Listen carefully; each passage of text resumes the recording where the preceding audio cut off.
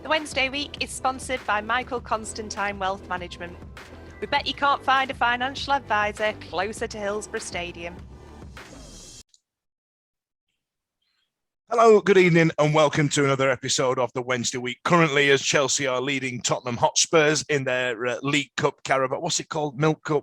It's Carabao still, isn't it? Yes? Carabao, yeah. It is Carabao. As Chelsea are leading, and they've come out the absolute traps as Romelu Lukaku is trying to win some friends back over. We're going to talk about people that I'm no longer friends with because, as it gets said on Twitter quite a lot, this is like being in an abusive relationship. We're obviously talking about Sheffield Wednesday, and we're talking about the last two games that we've had. Vic, did you have a nice Christmas? No, not really. I thought you meant we were like an abusive relationship then. I was like, all right, Fudge, chill out. No, just my relationship with Sheffield Wednesday is like an abusive relationship. We may be joined by Simon this evening, but he does keep freezing on us, and he does keep pulling angry faces at us all. So if we hear him at some point, that'd be great. Can you hear us now, Simon? We'll come back to that in a bit. Ben, how was your Christmas, mate? All right? Yeah, not bad. Saved a bit by not having to go and watch it against Burton because that may have, in hindsight, that may not have gone well. But yeah, not too bad. Yeah. Well, I mean, what do people your age get for Christmas? Do you still get a new bike and that? No, I'm sort of to age now where I got away with links. I didn't get any links, but you've ruined Christmas. You're on that sort of road at 21-year-old. You're starting to get smellies as a staple, rather than Lego sets. Well, mate, honestly, I had two link sets, so kiss my face, two of them, and I got 6 pairs of socks and 4 pairs of pants. Staple from my nan, the infamous sleepy nan. She gets me the same thing every year and the jumper. And I've now got to the age now where I'm now wearing those jumpers. Whereas before, they get put in a drawer and go, how old does my nan think I am? You know what I mean? And now I'm like, this is a lovely bit of knitwear. I'm gonna wear. This is gonna keep me going till work. Like, you know what I mean? However, one person who did not give us any decent Christmas presents was Darren Moore. First one out, we'll talk about Sunderland. Ben, it was bloody rubbish, wasn't it? Yeah. Not even from start to, I will go say from start to finish then, but it wasn't. First 20 minutes, we started all right. I know we go 1-0 down about 15 minutes in, but we were arguably a better team, and they arguably got their first goal against run of play, possibly even the second. At 1-0 down, Lewis Wings pinged a great ball over to Jack Hunt, who took it really well.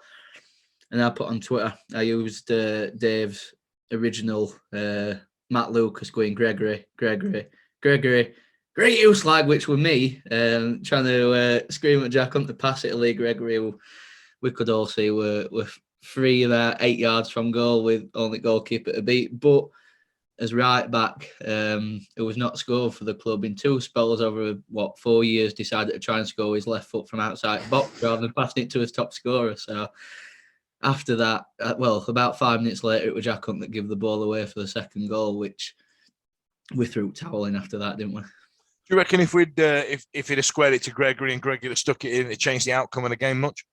Because they were good, weren't they? They were, but like I said, first 20 minutes, I did feel like we were on top, and if we make it 1-1, then I don't think they're up there in top 3 teams in league. I know we battered them at Hillsborough, and they've obviously battered us in return fixture, but I don't think they're that good. I really don't. I think we made it so easy for them after going 2-0 down. And yeah, I think had we scored to make it 1-1, it'd have changed course of that game and quite possibly the Shrewsbury one as well. Well, I tell you what, I was looking at some stats once I'd digested the Christmas turkey and all the rest of it, and had the leftovers and the like. I'm trying to take on protein, you know. I'm a gym bro now. Me and Ben were talking about protein before, Vic. Talking about protein shakes. It's what we do now, gym bros. Did he tell you he's been to the gym, Ben? Yeah. He's one of them that takes selfies in front of the gym mirror. Get in the fucking bin. Goddamn rat bastard. Yes, you do. I've taken one gym selfie, right, and I shared it with you to say, look at my man boobs and look how much they're not there anymore.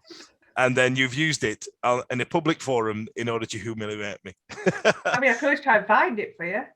No, I'm all right. Now, listen, Vic. I was looking at Simon. I can see you moving. Have you connected to the interwebs? I've got my brand new laptop that I got from work before Christmas, and I've just chucked it in the bin.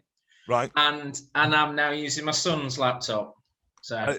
Well, I tell you what, he's hacked it because I can see you lovely. I can see you fine. Now, are you like me? Because I've got to put my big coat on inside. Is that why you've got your hat on? Because we're far too Yorkshire to be turning the heating on. It's a bit of a mess, my hair, and I was just, it's freezing in here.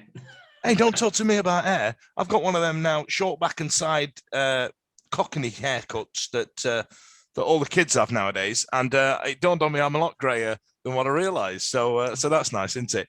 Right, we were talking about Sunderland, Simon, Vic. Now, Vic, in terms of possession, we actually pretty much matched them. Looking at the stats, it was half and half.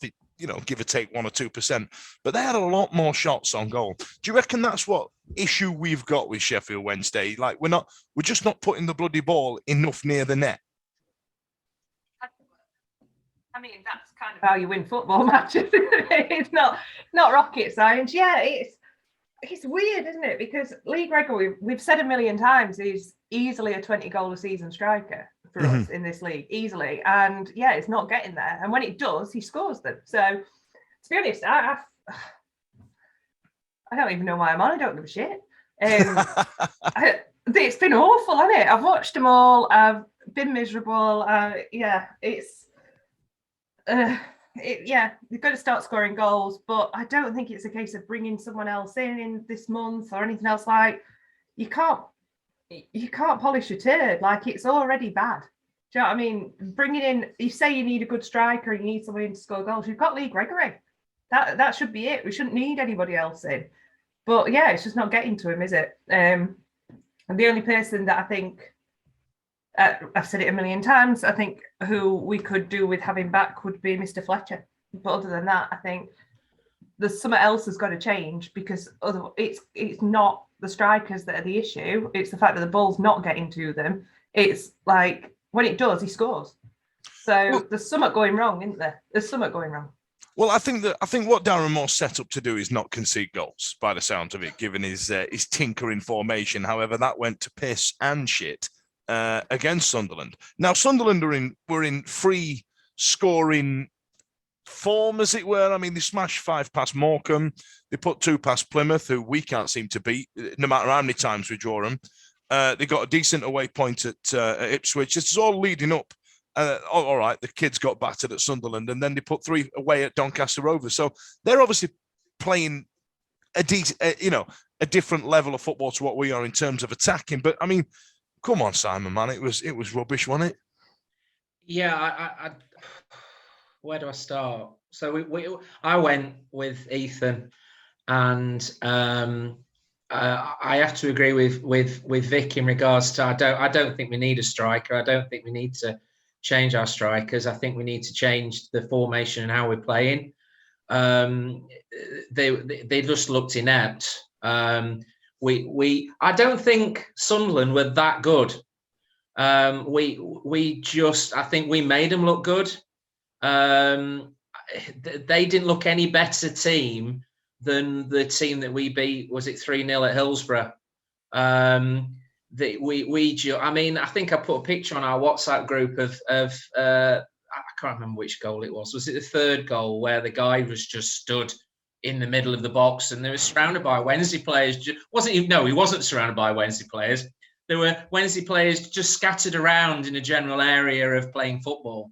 And he was, honestly, when he scored it, I looked at Ethan, he looked at me, and we were like, well, where's the flag then? Because he's bound to be offside because he's not an era player. And it was calamitous at the back. Say we've got a manager who is an ex-defender. It was just absolutely dire from start to finish. We weren't creating chances for our strikers. So our strikers, huffed and puffed, but couldn't do a great deal because there was no backup, there was no support. If the ball came up to them, they got Pato up front, the ball came up to him, midfield weren't pushing up, so the ball just went, if we lost the ball, they went on the attack. It was bloody dreadful. It was awful. 72 minutes. The only thing that was good was the fan. But at 72 minutes, I just went, I've had enough. Let's go in. Let's go. I mean, bear in mind, there was people who got stuck on the A1, walked off the A1 and paid 200 quid to get an Uber up there, right? There were people... There was a coach, apparently a coach turned up. We were 3-0 down. And as they were walking in, fans were walking out and they're going, why are you leaving? We're 3-0 down. And they just arrived at 3-0 down. Yeah, it seems a bit. I don't know why they didn't delay the kickoff. Obviously there was a serious incident where an old lady lost her life after what sounds like a horrific ordeal driving the wrong way up the bloody motorway. But yeah, there should have been some kind of delay. But even so, we've gone down that route of make sure I've seen it on Twitter. They should pay them bloody fans back. We should pay them. But isn't that what we go for? You know what I mean? Not be paid me my money back when I went from Southampton to bloody Hillsborough to watch us get 5-0 at home. You know what I mean? The Wednesday players delayed their kickoff, and they're still delaying it now. To be honest, yeah. So what we'd like to say is well done to the players of Sheffield Wednesday for delaying the kickoff. It was. It was a lovely gesture, lads. Thanks. Just that the other team didn't. You know what I mean? Now, it's poor. Now, Ben, do you reckon this has shone a light? I mean, we had a great unbeaten record on paper. Well played. You know what I mean? But do you reckon that this loss specifically, before we move on to Shrewsbury, do you reckon this kind of shone a light on the fact that it's been a very unconvincing run of form that on paper looks great? You know what I mean? Because we have conceded late and all the rest of it, and we've been grumbling about it for the 12 games that they've been doing. I mean, we're not that good, are we? No, we've not been that good throughout that 12, 13 game unbeaten run. But 8 of them draws, I think, something like that. Draws against teams that you do want to be beating. I do think we need. It's hard. You think not to expect too much, but you still expect that team that we are putting out to be good enough. The quality of player for the division that we're in, we all know should be good enough. I don't think the couple of week breaks helped us in terms of momentum, but then if we hadn't had that break and gone and done what we've done, they'd been saying they're tired, so they'd been,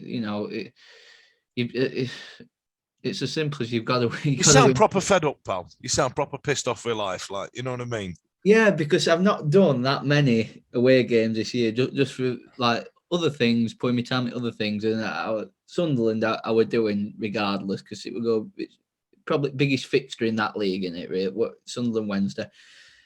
So I've not been away since Morecambe.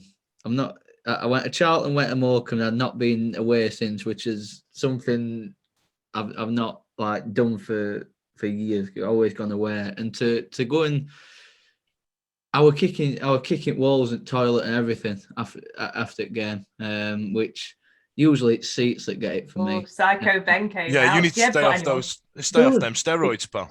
It does when you see it does when you see us throw toweling at 2-0 down, like I said, because I don't think we were that bad first 20 minutes, and like Simon said, they were no better really than the side that we did beat 3-0 at Hillsborough, and to go and like I say, that's what annoyed me most, that they threw toweling at 2-0 down, because there was still a game in that for us, but they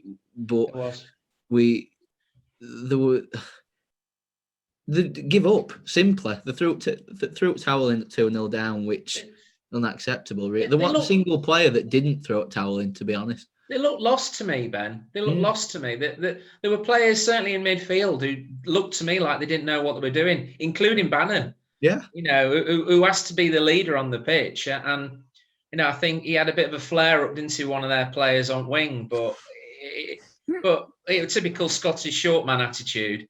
But it was just inept, and he's chopping and changing it around again, isn't he? And obviously you'll go on to the Shrewsbury game, but Pato, I think the last time Pato were playing him in back four, you know, and he dropped Brennan, and then obviously Brennan had to come in. Pardon? Drop Corbeanu as well. Corbeanu and Brennan should be first two names on team sheet. Exactly. And they were kicking off around us. It was quite amusing because I was sober because I was driving. I was just surrounded by drunken idiots. One who basically kept talking about, oh, well, we're going to sack manager. It's, you know, we've done this 12 match unbeaten run. But Dan, you know, you were testament at the Wimbledon game. You know, these draws have actually been draws snatched from victories, haven't they? Yeah, you know, that's been my issue with it. We should have seen it off, and we haven't. Yes. We haven't. Now, Vic, I'm going to ask you a question. Is it us? Is it us as fans? Are we the problem? I believe there's clearly a rot at Sheffield Wednesday, and there's been one for a number of years. We had a brief flirtation of getting away from it under Carlos, but then when the results stopped going our way, God, it was toxic. It was so bad. It was really bad. Now, we've changed the manager. We've virtually got a new team this year. We're playing shite opposition that play in sheds. You know what I mean? We've got one of the best squads in the league. You know, Shadipo, for example, played decent level last season. You know what I mean? And can't seem to reproduce it in a shitter league. And the only current constant is Dejphon Sweary, and let's put a pin in that for the time being, and the fans. Now, I believe that Sheffield as a city has been, for the last 20 years, underrepresented in football. And I'd love to speak to a sociologist and talk about whether it's got something to do with the area and all the rest of it. But both teams in Sheffield, we turn out in our numbers, we make our noise, you know what I mean? We pay our money, and we are constantly under entertained, as it were. So do we have something, do we have something to bear in terms of what's going wrong at our club right now? Absolutely not. I think obviously fans turning on each other and it's shite, but it's happened. It's been a horrible couple of years for everybody. And I think that has boiled over into the stands with the toxicity that's around. But I don't think that we need to take any responsibility for it. We are paying customers. If that's what he wants us to be, we are paying customers. That's like buying it. All right, let's go down Meadowhall. Right, that's like buying a pair of jeans from H&M and someone having a shit next to you in the store. That's not your problem. You're a customer. Like, that's up to the store to sort it out. Do you know what I mean? And like, it is. And I went to Hallam a week ago, something like that. It was on the weekend that there were no local games. 1,600 turned up, didn't they? 1,600 of us, yeah. And I was there with James Marriott, with John, and with James from the Als Americas. He's a good-looking bastard. Oh, he is. I know. I always tell him as well. He looks like Sam Hutchinson. He's a beautiful man. Anyway, so and he's loaded. I'll tell you more about that off air. But yeah, he's got a right good job. But while we were at Hallam, I paid my £5 to get in. I got there at 2:30. Paid a £5 to get in. Unlike a certain ex-Sheffield Wednesday player who obviously made a lot of money at the time and played for England, who just gave a thumbs up and didn't pay his £5. Well, that's by the by. David is. So I paid a £5 to get in. I paid £12 for 4 pints, and I watched a bloody good game of football. Got a programme, and they kept the bar open afterwards. They had 5 staff on the bar. They got it right, and we can't even do that after. I know Hallam's been around a lot longer than us, but come on. Like, I've never even managed to buy more than one thing at Hillsborough for less than 12 quid. And it was a good day out. They had entertainment. They had, it was just something that you sit back, and I can see why people have stopped going to Hillsborough, because the love for it's just not, it's not there, and they don't give a toss about us. If he wants us to be a customer, treat us like a customer then. Make it a better day out. Give us a product. Give us something. Like, if you don't want me to be a fan, if that's not good enough, if my money's what you want just before Christmas, which, yeah, all right, muggins here, I did do, then do it properly.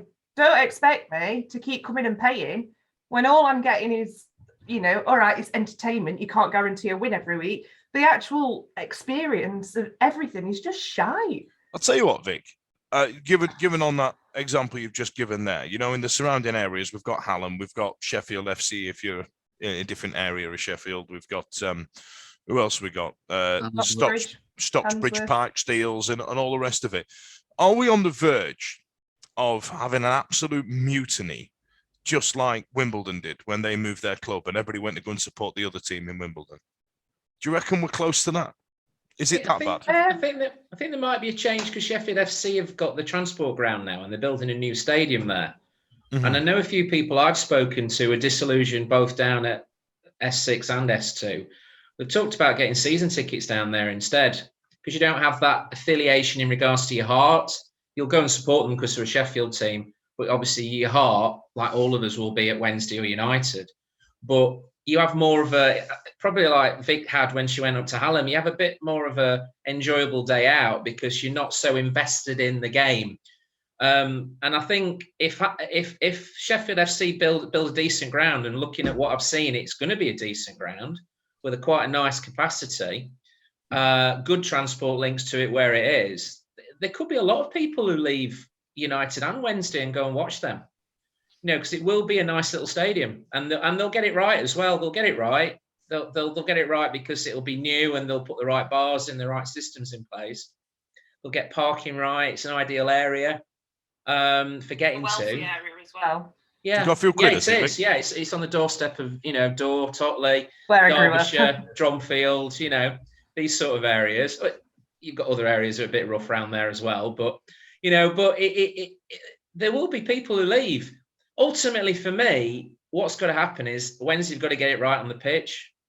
They've got to get it. They've got to get it right on the pitch, and they're not getting it right on the pitch. If they get it right on the pitch, we let the other stuff go, don't we? That's we do, and we did a little bit before Christmas, didn't we? You've never been able to buy a chicken or a kebab at the chicken and kebab shack, but we didn't care about that when we were at Wembley. But now it's just get something right. Do you know what I mean? Like, there's been people in place for long enough. Obviously, we've brought the chief exec in, who does seem to be doing some good things community-wise. But yeah, like I said, unless people are getting so disillusioned with the football and with going to fucking Morecambe away, Jesus Christ! Like, why not go and watch Brig away? I'll tell you what. Let's talk about something here, and I'm going to ruffle a few feathers because I'm Dan Fudge, and that's what I do. You chicken ruffle, you. I'm just ruffling feathers, left, right, and Skegness. You know what I mean? So we've got a very good program. We have our players go to the hospitals and have their photos taken with the, you know what I mean, and go and see the kids and all the rest of it. Our community stuff is great. I'd rather it be right on the pitch and get the match before we even talk about the pitch. I'd rather get the match day experience right before we start tacking on with the periphery, as it were. I'm not saying don't do it because I think it's important. Don't get me wrong. I really do think it's important. I think it's important for a club to be part of the community. But I feel as a nation, not just in Sheffield, as a nation, we're moving away from cloth caps and going to match for my dad. And we've got to it's part of community and all the rest of it. And that's what happens. And that's what people do, and that's what people used to do. But now, to a lot of young people, football is a television program. Football is something to attach yourself to in a different way to what we did back when we were kids, and that's drastically changed so much in the last 10 years, and even more so in the last 2. So, Dapon, I'm looking at you right down the camera now. Let's have some fucking pies in the pie shop. Let's have more than 2 people working on a match day. Let's have an operation. There is no point in having pints that fill up from the bottom if you're still going to pour them to order. What's the fucking point?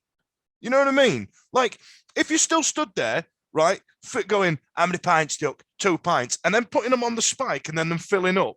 What's the fucking point? Well, why just get a tap? Because if you're just going to make them to order, it's a waste of time. Now, you can tell who works in hospitality, can't you? Waste of blood. If you chuck away 4 pints at the end of half time, give them somebody. You know what I mean? If you have to chuck away 6 pies, it's not Wetherspoons. We're not going to sit and count every chip and every piece of chicken that goes. Just buy it and just make sure people will buy more if they're getting served quicker. Simple as that. We tried what was that, Vic, that we were talking about earlier this week about the pre-match fan zone. Yeah. Oh yeah. You know what I mean? We got that wrong. We put an inflatable 5-a-side pitch in a car park for the owl shop. Shite. Shite. But we half-heartedly do everything like that, don't we? Pretty much like we're half-heartedly running the football team at the moment. Because I'll be honest with you, I'm now become one of those people who I'll roll up, I'll park on Herries Road or down at the Docks at 2:30, and I walk and I go in and I sit down. I used to I don't be buy giddy. pie. I don't buy pints. I don't buy program anymore because they just end up in loft in a box. You know, I don't do.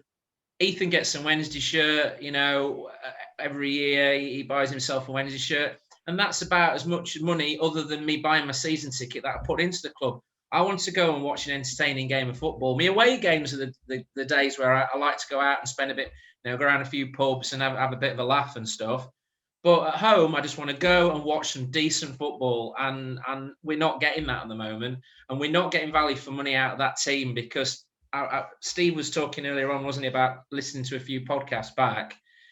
You know, I think one of the things that he said, if we don't go automatic with this team this season, there's something wrong, and we have got a team that can get us promoted, but it's been managed wrongly. Absolutely. Go on, Ben. Just on that, I think that comes back to what we've said, that just get it right on pitch and people will be happy, because a lot of people own games. I think most of us are like Simon, that we do just rock up, go in ground, sit down and watch game. It's because everything's such a fucking ball ache as well. Yeah. You know what I mean? There's one, the football's shite, so why would I want to buy something that's going to attach me to it? And two, have you tried to buy anything from the owl shop, from the mega store on a match day? Fuck off. Well, you know what I mean? Why can't we just have click and collect? Argos managed it. You know what I mean? Toys R Bloody Us managed it, and they've since had it and then gone out of bloody business. Do you know what I mean? Come on, lads, for God's sake. It's easy. It's easy. And there's plenty of people in that local area that will work there on a Saturday afternoon. You know what I mean? Look at you. It's funny because I'd been talking to Joanne. Occasionally we've come down to the Pizza Cup games. We've got early, and we've gone to Berries for a hot roast pork sandwich. And Vic and I have been there a couple of times as well, haven't we, Vic, in the past? Lockdown date. Yeah, lockdown date. I was telling Joanne about it. She's never been before. She's not from York. She's from Warwickshire. Never been. So as a Christmas treat, we went over between Christmas and New Year because my dad's me with your partner. my dad's ashes just scattered outside Hillsborough, and he died just after Christmas. Christmas is a great time in our family. And we put some flowers, and I says, right, we'll go for berries. And we walked in. I says, come on, you got to come in. And it was that production line of hot roast pork sandwiches. And on a Saturday, the queuing, but the number of hot roast pork sandwiches that go through the door and how efficient they serve them. And I've said to this day, I says, Berries need to get the outlets at Hillsborough, They the used food to. outlets. They had him for a season, didn't they? Did They they? did bring them in for one season, definitely on the north. And then I don't know what happened. I think that was under Mandarich, actually. I don't think that was under. But that sort of efficiency in regards to catering for large numbers of people quickly. And then that's why we hot roast pork sandwich, because we don't want a pie that's been sat in a warmer for 4 days and has gone solid, you know. And the thing is, it's one of those. It's almost like the poem, isn't it? Like when there was a girl with a little curl in the middle of her forehead. When it was good, it's really good and it's nice and you like to go. But when it's bad, it's fucking awful. Then you start spotting all these little things like. We go to the Riverside Cafe. That's our thing. That's our match day routine. But we will stay there until 10 to 3 and then do exactly what you do. Go and sit down, say hello to people around you. Occasionally, me and Harriet will go down for a pint at half time if the queue's not horrendous, which we did manage the other week when we got that extra 10 minutes extra time and I didn't realise and went down to 45 minutes, got a pint. And that's it. And then I go home. That's my match day, and none of that. If there was a space on Hillsborough Park, just on the side of it, where it was set up, you know, like the outside of Wembley, when we all went. I don't know if you can remember all that year, 5 years ago now. Like, you know what I mean? And we went to Wembley, and there was outlet of beer all down Killer Whale, so people would know where we were. In it, you know what I mean? What if we had that? What if we just set something up? Would you still go to the Riverside, or would you go and see somebody before and make an event of the day? You know what I mean? Because what it is now, we've got people coming in and playing the averages out. They only go because they've got a season ticket. They only go because they want the TPP points. They just turn up out of habit because it's something they've done the last 30, 40 years. Is anybody, when you really stop, it's like a nightclub. You look around and you go, Is anybody actually having a good time? There isn't. At the moment, there isn't, mate. And I think this is why you're seeing a lot of trouble in crowds and stuff as well, is because... People are fucking bored.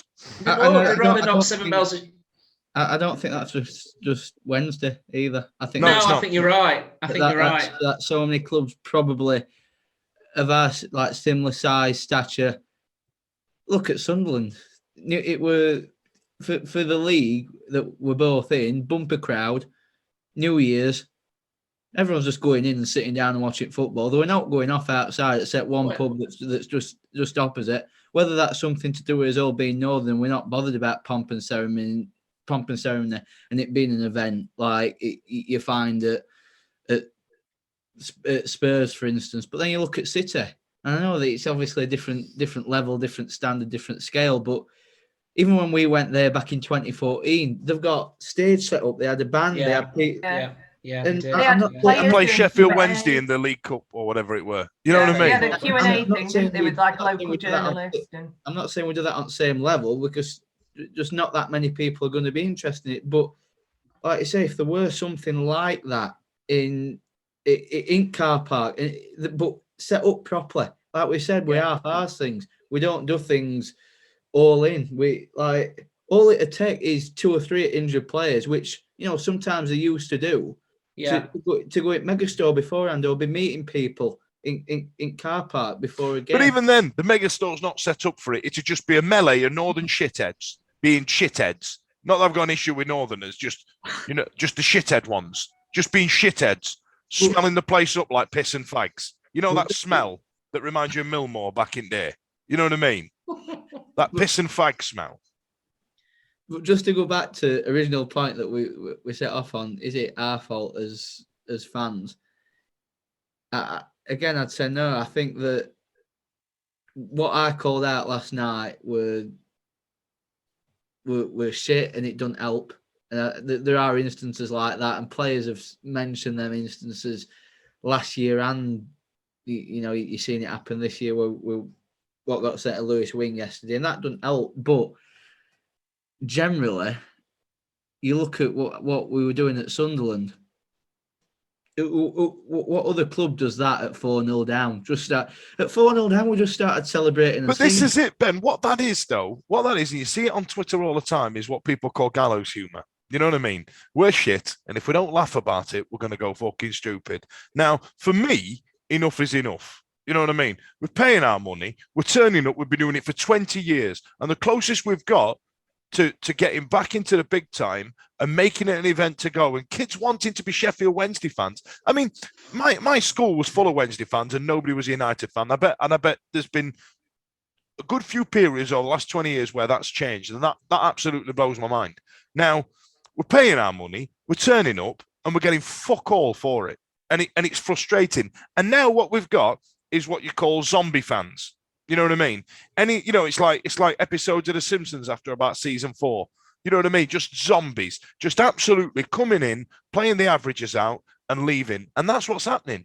And I think Dan, I think we're a bit harsh there. I think we do. You're right. We do get into this, and we missed it for a year. We do get into this habit of going to the match on the Saturday, and for some are closer than others. It's getting there, and some are further away, etc. But I think a lot of us, I go because I grab.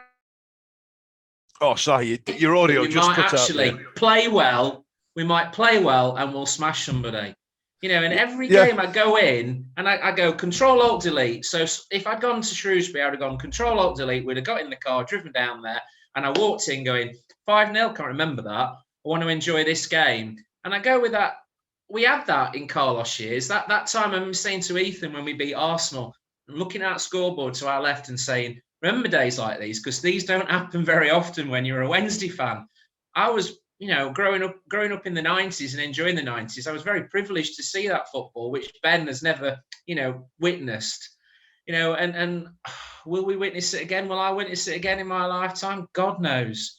But I do go, and I think a lot of fans go with that. We're going to stuff somebody. We're going to hammer somebody. We're actually going to play well.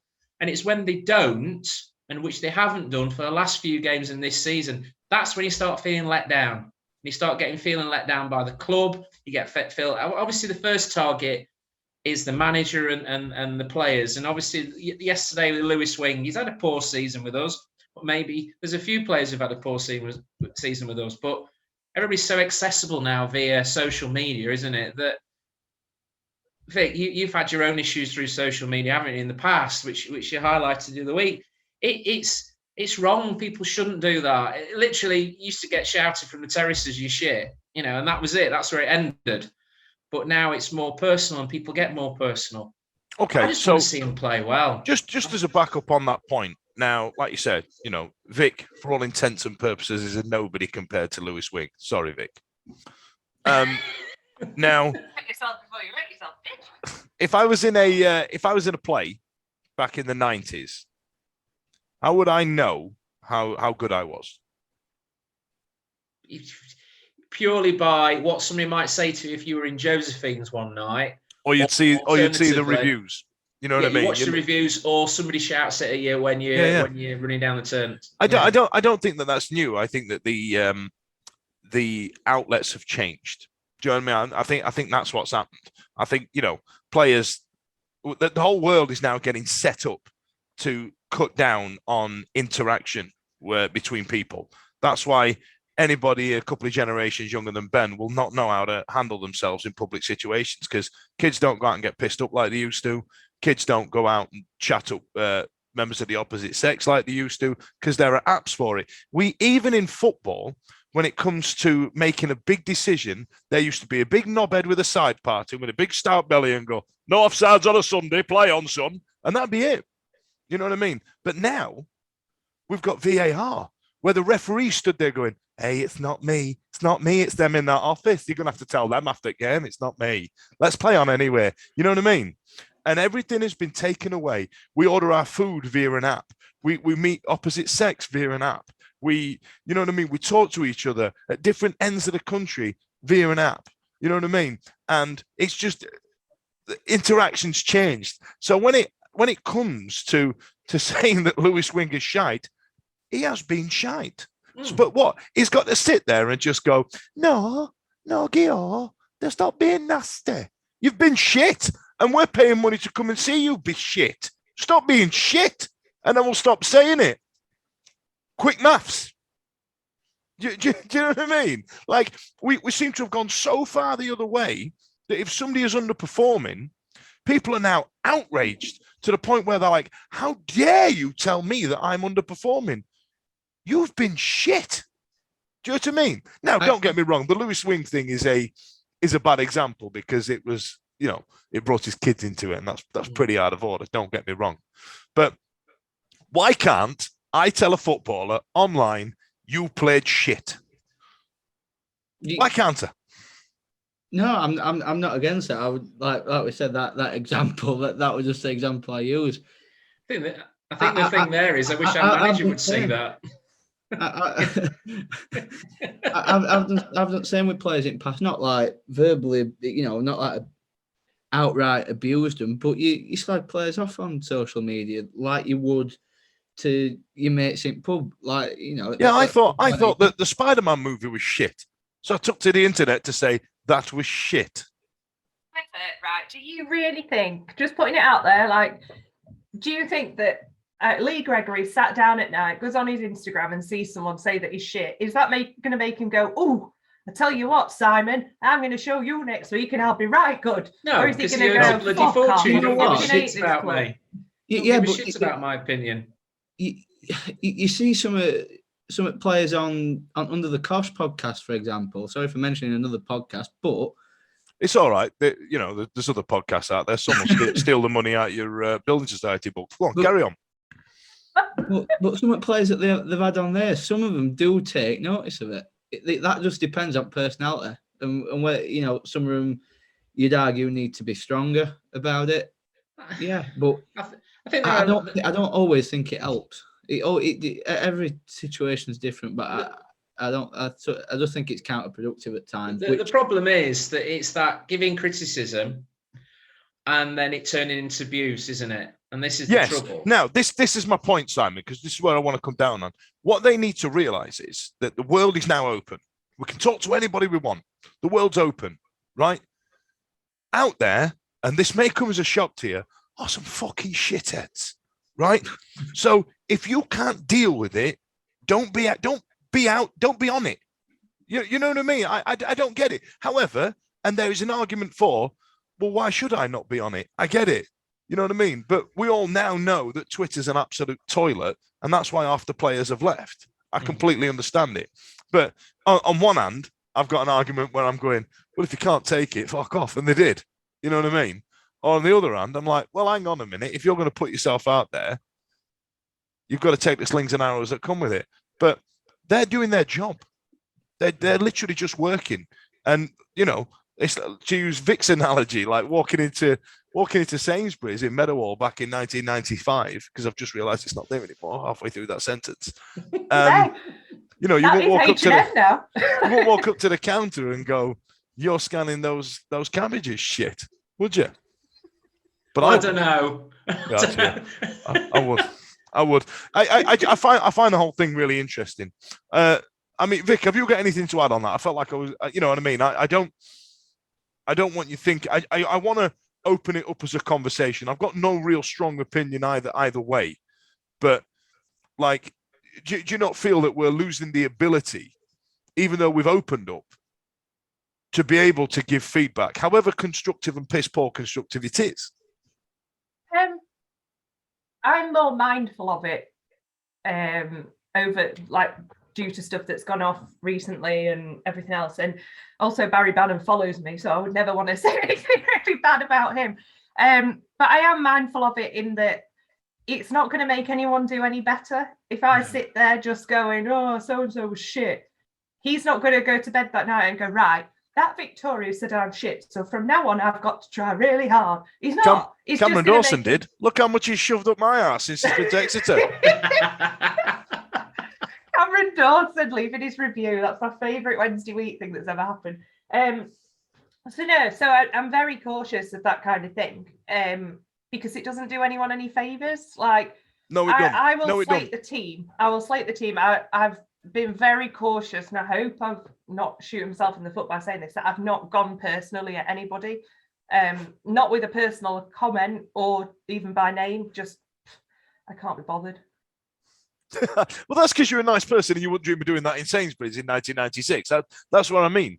You couldn't do it in Aldi. They'd launch a cabbage at your head, wouldn't they? Before they you do even not had a chance fuck to about say in it. Aldi. They'll have wrapped your arm up behind the back and scanned the cabbages before you've got your wallet out. Cash your card. In it. I find it fascinating. I find it really fascinating. You know, if there's anybody out there in the public eye that uses social media, but it gets them down. You know what I mean? I'd love to hear about it, because I feel like we use it as a thing. I use it as a boredom tool, or I want to write some decent gags or take the piss out of something. Whereas some people, you know, other people use it as a way to connect with their fans and stuff like that. I'd love to pick at the brains of that. But that, you know, that was social media. Listen, we'll have to ask Stevie. Stevie uses it to connect with his fans, doesn't he? Of course he does. Of course he does. Middle-aged Twitter goes wild whenever Stevie's on the podcast. Don't start me on middle-aged Twitter. By the way, Vic sent me a wonderful link last night for a Aston Villa Dads. Aston Villa Dads account, and you know, like Laura Woods, Emma Jones. Whenever they tweet, and you read some of the comments, and they've always got club badges as their avatars. Someone set up an account in homage to these mucky dads, and it's Villa Dads. Yeah. Honestly, I am absolutely on the verge of doing a Wednesday Dar account. Listen. Let's move on, because this is going to be a hot potato. Ben, more outer in. I'm right in middle at fence. You got splinters on your ass on that one, have you? Yeah, right in middle. I'm while I've said before and again and again and again, I still think we've just got to stick with someone through thick and thin at this stage. But it's all thin. Yeah, there's no thick. I know, but I am also fed up of it, and it don't feel like it's getting any better. So that's why I'm right on fence. I can't see either way at the moment. Now, Vic, you alluded to it earlier on. Are you still? What's the point? What's the point in sacking somebody? Yeah, It's not like he's going to have any money to spend if he brings somebody else in January. He's just he's going to have to do it with Moore's team. Yeah, he's going to do it with Moore's team, or she could be Emma Hayes or whatever. But yeah, they'd have to do it with Moore's team. They'd have to do it either Moore's team and loans. That's it. So you might as well stick with him. We're not going to get relegated. We were never going to bounce back this season. We never were, and I can still see us getting in the playoffs. I don't think anyone really realistically thought we're going to go straight. But what the hell are you doing? Sorry, my dog's just digging out all the bedding from underneath the spare bed. Stop it. If there's a dead mouse in there or something, I'm going to laugh. No, she's just bringing out all the pillows. I was saying, yeah, so I don't think bringing someone else in isn't going to make any difference yet. We weren't going to just bounce straight back up and then be 90 minutes away from the Premier League like we were a few years ago. He's brought him in for a reason. He knows this league. Players obviously have a lot of respect for him. Obviously, we have no idea what's going on financially at the moment as well. There's always that black cloud hanging over S6, isn't there? Yeah, but okay, so let's pull at that thread, right? So a lot of the skeptical Wednesday fans, Vic, were all very much, well, he's brought out a season ticket renewal because the accounts are up in January and all the rest of the bollocks that we were speculating on. We don't know. Now, surely Sweary can't fuck it up again with the finances. He can't, can he? He can't. He can. Surely not. The problem is Mr. Sweary is alluring to himself. Yeah. And he's done it before, and he's got history doing it, so probably he can do it again. I mean, I'd like to think not. You look at the season ticket thing, which didn't go down too well. I think they were probably wanting to do it earlier, but I think they probably talked him out of putting the early bird thing out any earlier than he did. Which, again, he might have been doing it with best intentions again, like he said, to reward the loyal fan base or whatever quotes he used. But again, it's just a sign that he don't really get it. I'm trying not to go over and blame him again and again, because what's happening up pitch isn't his fault at the moment. The situation we're in is obviously we know he's got to take some responsibility for, but what's happening currently, I agree. So in the short term, in down to him. So let's not completely go off like. And I would probably what worst on Twitter about Sweary 18 months ago. We pretty much all were his fault with points deductions and stuff like that. But at the moment, he's brought in a manager that at the time we were all happy with. He brought Darren Moore in. We've all been happy with that. I'll tell you what, Ben. Let's put a pin in that. I'm going to come to Simon about the. About Darren Moore in and out, and then I want you to remind me just the back end of the season. Go on, Simon. So Darren Moore, then, is it out the frying pan into the fryer? And if anybody says to me, "Who you're going to get?" Then it's not my fault. Don't ask me who you're going to get, because I don't know the football leagues that well. In every other country. I don't know. I don't. That list that was put on our WhatsApp group the other week, I had a quick look through that. I don't think whoever would come in. So I'm basically sitting on the fence of, I think he needs to go. I've seen enough now to say that he hasn't got any plan B. He will not change the style of play that we play. Which is what ultimately undid Carlos as well. Yes. He seems to have a mentality of just sticking his hand in a hat and pulling players out who to pick. We've not had a settled squad, and I think I said at the start of the season the back four have been reduced quite considerably due to injuries, and that's well out of his hands. But what's he done about it? Well, he dropped Kieran Brennan. He dropped Kieran Brennan and played Pato at the back. These sort of things, that there are and there were players that he could play in that back four. He's dropped, a player of the month, Corbino. He's dropped him. To which point, there's rumours that he might be going back to Wolves. He's played a player massively out of form in regards to Lewis Wing. Which you mentioned Shadipo earlier on. I read a tweet the other day about that he scored 20 goals last season. You look at the formation that he played in wasn't the formation that our guys are expecting. This wing back formation doesn't suit him, and also he's barely got in the side. Additions to the side, I think we only need a centre back. I think we've got a strong enough squad to somebody to take on and to push if they've got an idea of how to manage the side. And I just think Darren Moore's listening to Doncaster fans, he's never been Plan B. He wasn't Plan B with them, and he's definitely not Plan B with us. And I just feel that we are underachieving with what we've got. And I think if anybody came in, I don't think they'd have to spend any money. I don't think we're allowed to spend money anyway. We're allowed to get free agents or loans. But we've got, how many fucking loans have we got anyway? We've got bucket loads of loans already. So. Well, the way they're performing, Simon, they can all go back for me. Like, you know what I mean? We can give them back. He's brought players in like Berahino, he was a mate. He's come from, and Jesus Christ, I won't pay him in crayons. Absolutely dreadful. He's bringing these, he's going to prove himself. Well, he's proved to me he's a fucking waste of money. I'll tell you what, I'm going to have to put an explicit warning on this show. Sorry. But no, most of it's me. Right, Ben.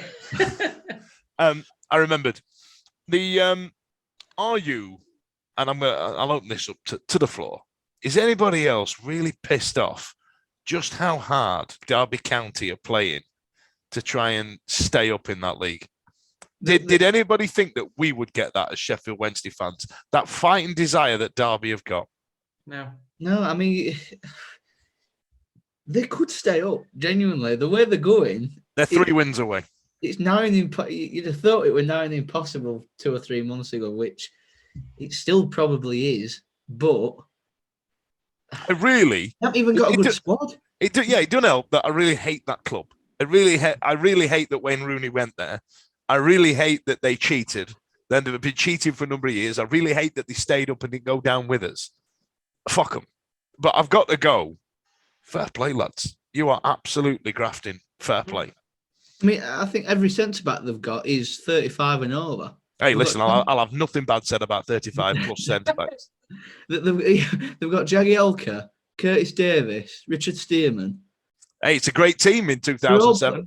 They're all putting out their skin. Honestly, I haven't really followed it. Is he playing the same team every week? Is he playing a set back four, a set midfield? Is he changing? I don't know, it up when he but I needs tell you to? what, there's some fight and there's some desire and there's some absolute want to win.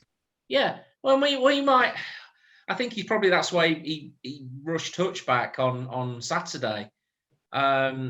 When was it? Was it Saturday, Sunday? What day was it when we played? I haven't got a bloody clue. But, to try and instill a bit of fight into them, because they certainly didn't have that at Sunderland.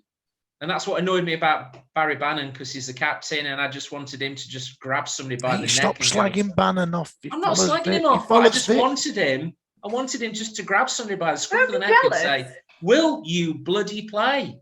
Yeah, but then Simon, devil's advocate, I'm the one that normally moans at him for doing that. And saying that's unprofessional and he shouldn't be doing that. And I think he does it completely the wrong way. There's nothing constructive about it. I think it's just him going, what is it? That's fucking shite. I think that's it. Well, that's not constructive. That's not helpful. No. That's just him fucking whinging. All right. Have we got any other business? Because I tell you what. Dan, where do you sit on the manager's front? Fuck him. I tell you who it is, right? And I'll be honest. I think he's got nothing. I think he's got nothing about him. And when you look at the best managers, they're not always the best footballers. Now, Darren Moore played football at a high level. Now, in this country, we have a certain way that football has to be played. It has to be played in a certain way because we're British and that's how we play it. And Darren Moore played football in that era. And I would not have him down as a student of the game. Jurgen Klopp, exception to Pep Guardiola, he did play at the highest level. Alex Ferguson, I think, played for, what was it? Did he play for Rangers or somewhere? Aberdeen. Yeah. Arsene Wenger played, the French equivalent of Sunday Bloody League. I want somebody who's a student of the game. I don't want somebody who had heart, desire, and was a lovely fella. I don't give a shit. I want to win football matches. That's a bit like Carlos, because he was more of a student of the game than I don't think he had. And he took us the highest we've been in 20 years. Yeah. And I think he was unlucky with the injuries that he had. And when the pressure mounted, he lost his mind. We all remember the £20 note thing that happened. I'm absolutely, honestly, I'm done with him. I'm done with him because I don't think he actually knows what he's doing. And I think he's just a square peg in a square hole. This season's so Jekyll and Hyde that we could go on a run now of 3 wins and we'd all be back on going, do you know what? We were wrong about Darren Moore, because this is what we seem to be doing every week. We're changing it every time. If he does, right, if Darren Moore does that to me, I'll stand up and go, fair play, Darren Moore, I got you wrong. Yeah. But which is what we've been doing. But we've been on a 12-game unbeaten run where we've drawn 7 of them. And how many of them have we fucked up from winning positions? Wimbledon and Cheltenham come to mind. Innit? So fuck him.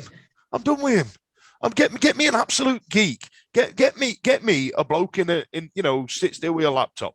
Get me somebody who sits there going, I tell you what, there's more XG involved in it. Whatever. Just get me a student, somebody who wants to learn, somebody who understands the game inside out. Not a nice guy who used to be quite the competitor when he was playing. Couldn't give a fuck. He's not very good. You know what I mean? And the more we romanticize it and the more we build it up and the more we go, well, let's give him a chance. It's a 12-game unbeaten run. With the squad we've got now, don't get me wrong, we have signed players very, very well. We have got a good squad there and he can't do out with it. No. You know what I mean? Okay. It's like going to war with a Tommy gun.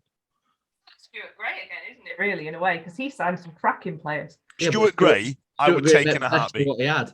Yeah, I would take Stuart Gray back. I'd absolutely, because what he's done, he's in the Premier League now with Fulham, and he's in the coaching staff with them. Knows football, knows it. I'd take him back. That and I went for a drink with him at Bedford's in Southampton once. But we're mates. So I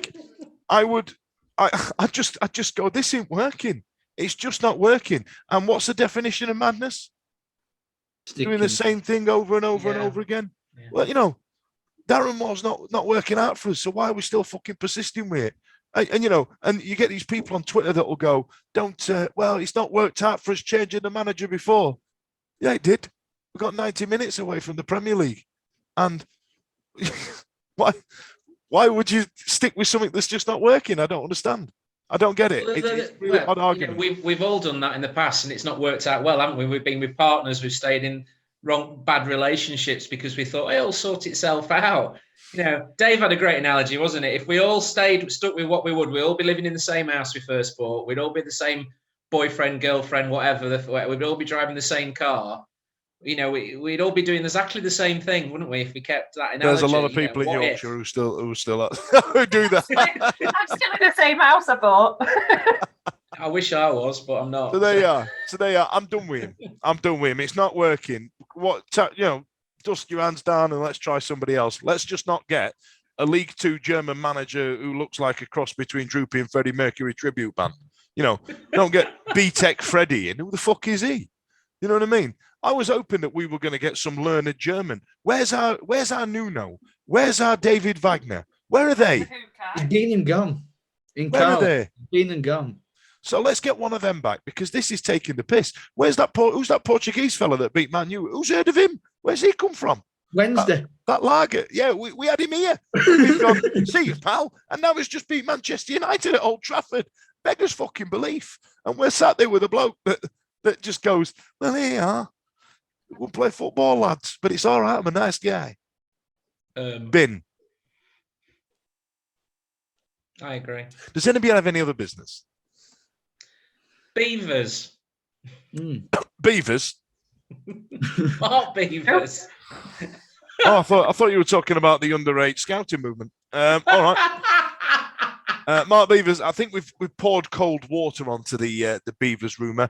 Benefit of retrospect, wouldn't have been a worst at this level. I think it'd have only been a short-term use to us, though. What about you? I'd have him. Yeah. We need a centre back, don't we? We need somebody in there with a bit of experience, so he'd do a job, wouldn't he? But I tell you what, Vic, he's got a lot better looking with age, hasn't he? That's because you remember him when he were a dopey kid who could eat an apple through a letterbox. You don't know. He's a good-looking fella now. He's growing a beard out. Yeah. What about you, Vic? Any other business? I don't think so. No. Okay. All right. Well, listen, thanks a lot. I'm sorry about the language tonight, ladies and gentlemen. Stay with us next week when hopefully we've got something nice to talk about. Hopefully we might have a win. Hopefully might have a new manager without a Primark coat hanger. Let's see how that goes. Thanks a lot for joining us. Have a good evening. See you later. The Wednesday week is sponsored by Michael Constantine Wealth Management. We bet you can't find a financial advisor closer to Hillsborough Stadium.